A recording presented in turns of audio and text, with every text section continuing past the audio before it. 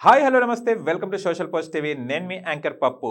పద్మ విభూషణ్ పురస్కారం ఏపీలో సినీ రాజకీయ దిగ్గజాలు మెగాస్టార్ చిరంజీవి, ఉపరాష్ట్రపతి వెంకయ్యనాయుడుకు కూడా దేశంలో అత్యున్నత పురస్కారమైన పద్మ విభూషణ్ పురస్కారం దక్కింది.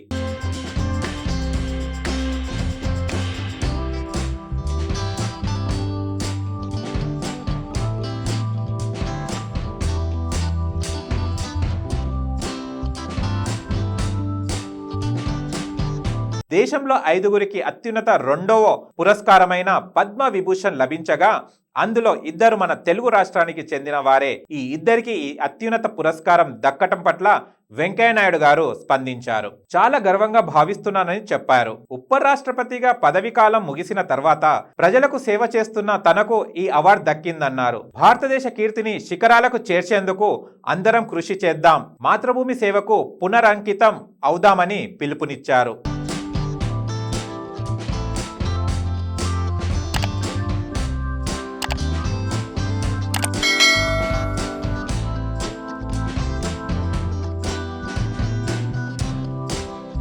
నూట 150కి పైగా సినిమాలు నటించిన చిరంజీవి గారికి అత్యున్నత పురస్కారం పద్మ విభూషణ్ దక్కింది. పద్మ విభూషణ్ రావడం పట్ల సంతోషం వ్యక్తం చేశారు చిరంజీవి గారు. ఒక తల్లి కడుపున పుట్టకపోయినా తనను సొంత మనిషిలా, తమ అన్నయ్యలా, తమ బిడ్డలా భావించే కోట్లాది మంది ప్రజల ఆశీస్సులు, సినీ కుటుంబ అండదండల వల్లే తను ఈ రోజు ఈ స్థితిలో ఉన్నారని చిరంజీవి గారు చెప్పడం జరిగింది. తనపై చూపిస్తున్న ప్రేమ ఆప్యాయతలకు ఏమిచ్చినా రుణం తీర్చుకోలేను అన్నారు. తనను ఎంపిక చేసిన భారత ప్రభుత్వానికి, ప్రధాని నరేంద్ర మోడీకి చిరంజీవి గారు కృతజ్ఞతలు తెలుపుకున్నారు.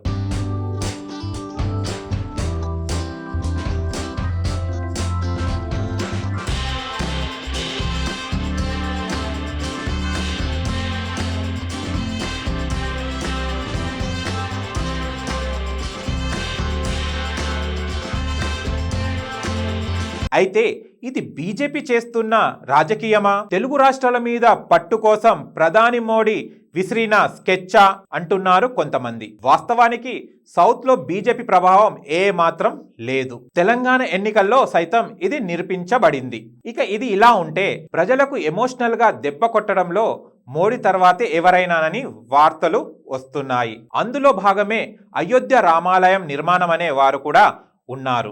ఇక ఇది పక్కన పెడితే సౌత్ లో అందులో తెలుగు రాష్ట్రాల మీద బీజేపీ దృష్టి పెట్టింది. అందుకు కారణమే ఈ పద్మ అవార్డుల ప్రకటన అంటున్నారు. మెగాస్టార్ చిరంజీవి ఉపరాష్ట్రపతి వెంకయ్య నాయుడుకు పద్మ విభూషణ్ అవార్డు ఇవ్వడం వెనుక రాజకీయ దుర్దేశాలు ఎక్కువ ఉన్నాయి అంటున్నారు. ఇక్కడ వెంకయ్య నాయుడు గారిని కాసేపు పక్కన పెడితే చిరంజీవి గారి గురించి చెప్పుకుందాం. గతంలో చిరంజీవి గారికి పద్మభూషణ్ అవార్డు లభించింది. ఇప్పుడు ఏకంగా పద్మ విభూషణ్ అవార్డు కూడా దక్కింది. కానీ దీని వెనుక చిరంజీవి గారి నిస్వార్థ సేవ చాలా ఉంది. ఆయన నేత్రదానం, రక్తదానం, ఇంకా కరోనా సమయంలో ఆక్సిజన్ సిలిండర్ సప్లై, అలాగే సినీ కార్మికులకు సరుకులు సప్లై చేయడం, ఇలా చాలా ఉన్నాయి. ఇంకా ఎవరికి తెలియని గుప్తదానాలు ఉన్నాయి. చిన్న పెద్ద అనే తేడా లేకుండా ఆయన దగ్గరికి వచ్చిన ప్రతి ఒక్కరికి ఆయనకు చేతనైనంత సహాయం చేస్తూనే ఉంటారు.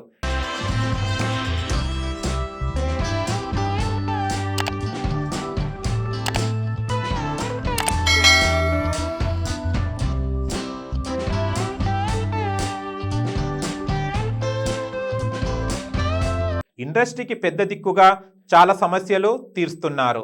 థియేటర్స్ ఇష్యూ వచ్చినప్పుడు టికెట్స్ రేట్ల ఇష్యూలో ముఖ్యమంత్రి జగన్ గారితో మాట్లాడడం కూడా మనం చూసాం. ఇక గతంలో కాంగ్రెస్ తరపున టూరిజం శాఖ మంత్రిగా కూడా ఆయన సేవ చేసి ఉన్నారు.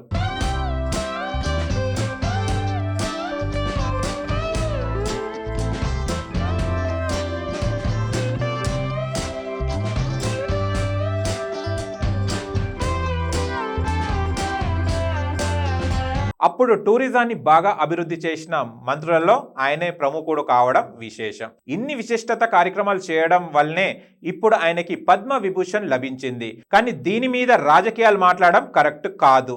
ఎందుకంటే చిరంజీవి గారు చాలా సేవలు చేశారు, చాలా మందికి ఒక ఉదాహరణగా మిగిలారు, ఇండస్ట్రీలో ఒక పెద్ద దిక్కుగా ఉన్నారు.